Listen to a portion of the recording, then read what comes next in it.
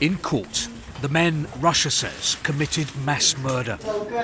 4 suspects, battered, blooded, and in one case, barely conscious. All 4 were charged with terrorism. Just days after this, Islamic State had been quick to claim it was behind the attack on the Crocus City concert hall.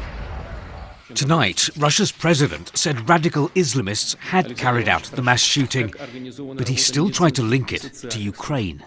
We must, of course, answer the question, why was it Ukraine that the terrorists tried to go to after their crime? Who was waiting for them there? It's clear that those who support the Kiev regime don't want to be accessories of terror and sponsors of terrorism, but there are many questions. Same message in the Russian media. Ukraine's to blame, but no evidence.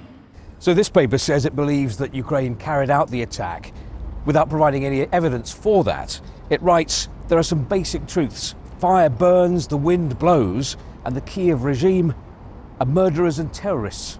And in this paper, a Russian MP says Russia needs to take Kiev and crush the terrorist beast, which raises the question, will Russia try to use the devastating attack on the concert hall to try to justify a future escalation in its war in Ukraine?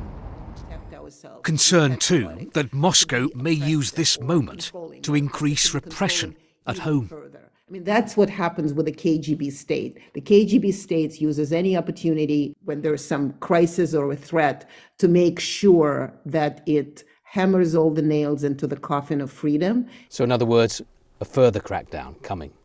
I actually would even bet on it.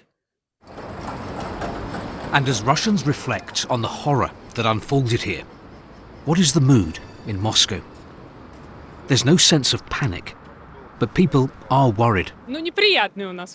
Things don't feel right, Alexandra says. I don't feel safe.